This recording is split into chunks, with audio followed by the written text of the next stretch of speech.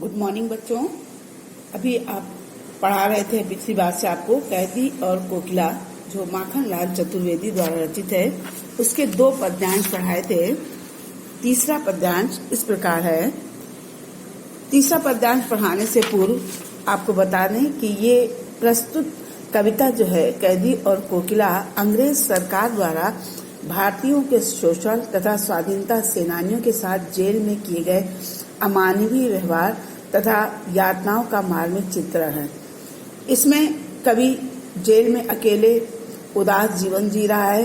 कोयल की आवाज सुनकर वो कोयल से अपने मन का आक्रोश, दुख और अंग्रेज सरकार के अत्याचारों को व्यक्त करता है।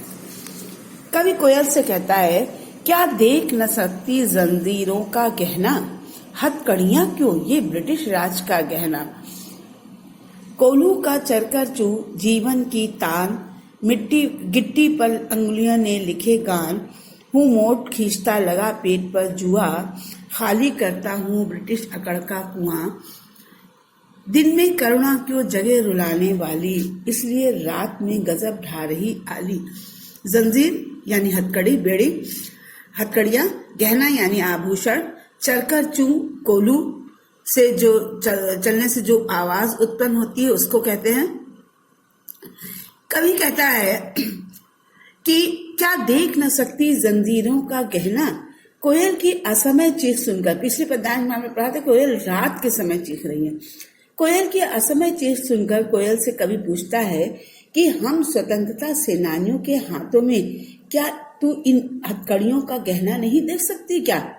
और ये हथकड़ियां नहीं है, ये हथकड़ियां नहीं बल्कि हम लोगों के लिए ये अंग्रेज सरकार द्वारा दिया गया गहना है। कहने का तात्पर्य है कि हम इन्हें बड़े स्वाभिमान के साथ, बड़े गर्व के साथ पहनते हैं। हमारे काम करते हुए कोल्हू कहते हैं जिसमें बैल लगा हुआ होता है, उसमें से तेल निकाला जाता है, जो मशीन एक प्रकार की होती थी जिसे बैल चलाते थे। हमारे काम करते हुए कोल्हू की जो आवाज तुम सुनती हो वो वास्तव में हमारे जीवन का एक गीत बन गया है। और यहाँ जो हमसे गिट्टियां पत्थर तोड़वाए जाते हैं, गिट्टियां तोड़वाई जाती हैं, ये गिट्टियां तोड़ते हैं और हम पेट पर जुआ रख करके बैलों की जगह कोल्हू में हमें लगाया जाता है, हमें मोट से पानी खींचना पड़ता है। उससे हमें ऐसा लगता है कि हम अंग्रेज सरकार की अकड़ के कुएं को खाली कर रहे हैं और यानी उनके अकड़ को, उनके घमंड को कम कर, यानी हमारी इतनी अमानवीय अंग्रेजों की इतनी अमानवीय यातनाएं देने के बाद भी हम जो है वो कमजोर नहीं पड़ रहे हैं। इससे अंग्रेज सरकार की अकड़ कम हो रही है। अंग्रेज सरकार कहते इस अंधकार इसलिए रात में गजब ढा रही आली, कहते हैं दिन में खाली करता हूँ ब्रिटिश राज का कुआं, दिन में करुणा क्यों जगह रुलाने वाली।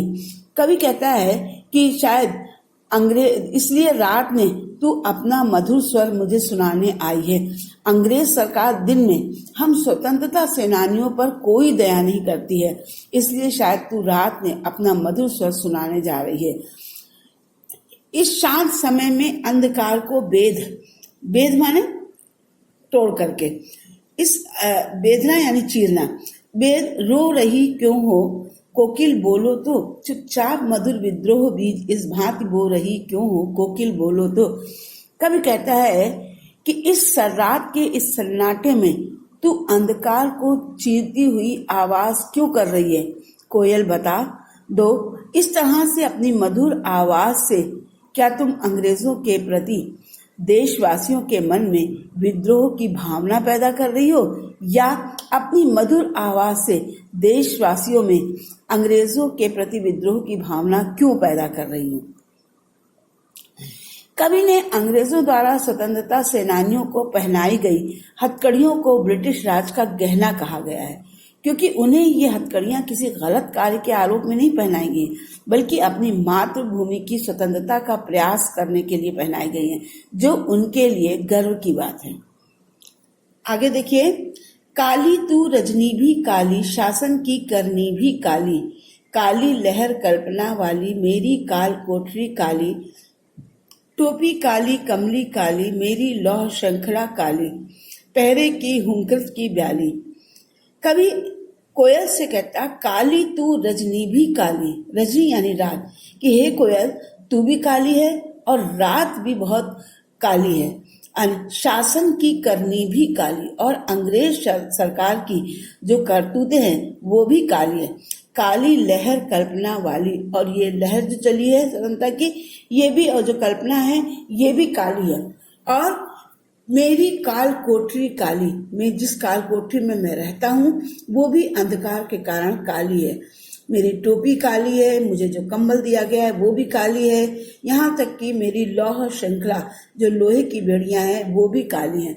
पहरे की हुंकृत की ब्याली, और उस पर पहरेदारों की जो आवाज है वो ऐसा लगता है कि सांप की आवाज हो।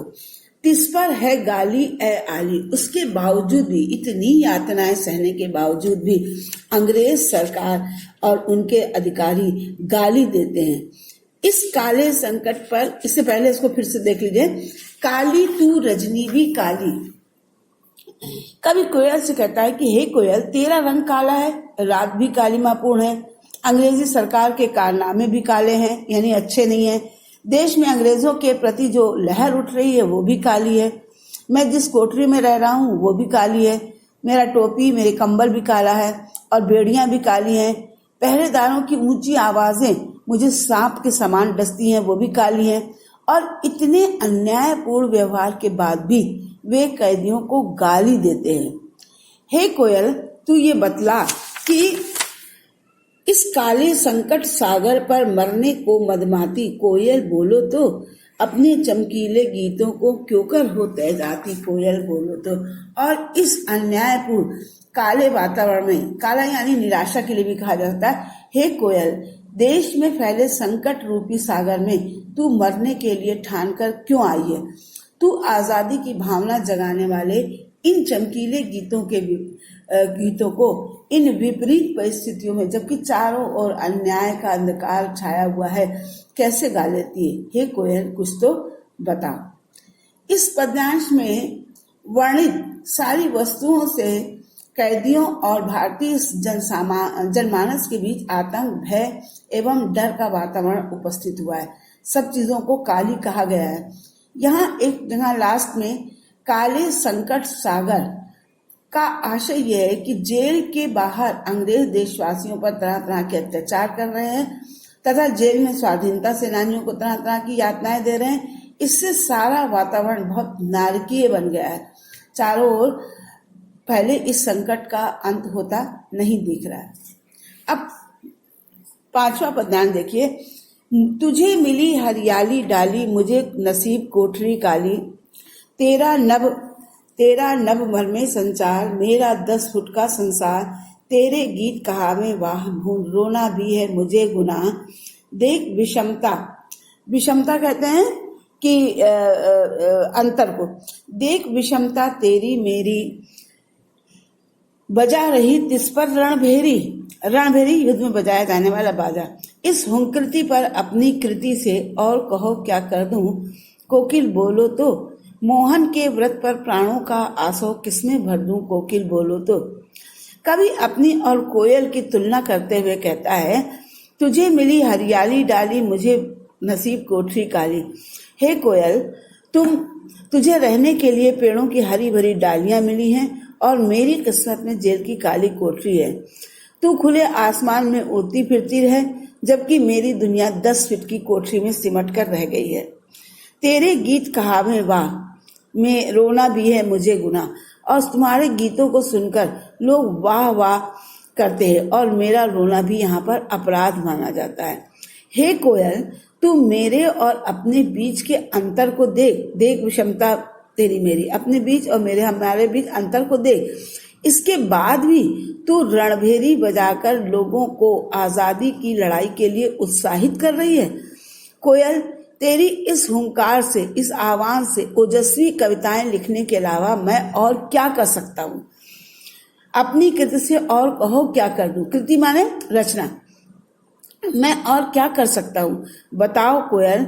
मोहनदास करमचंद गांधी के संकल्प को पूरा करने के लिए अपनी उत्तेजना किसमें भर दूं, कुछ तो बताओ।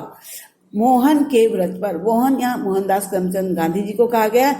प्राणों का आसव, प्राणों का आसव, आसव कहते हैं रस को, वैसे तो शराब को कहते हैं रस को, लेकिन यहाँ पर जो है ये ओजस्वी कविताएं जो है या उसके लिए लोगों को उत्तेजित करने के लिए, लोगों को उत्साह पैदा करने के जो कवि की रचनाएं उनके लिए कहा गया।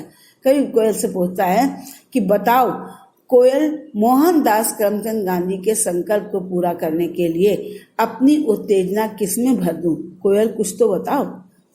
ये आपकी कविता कैदी और कोकिला, इसके प्रश्नोत्तर मैं दे रही हूँ, इसे आप अपनी कक्षा कार्य की कॉपी में करिएगा।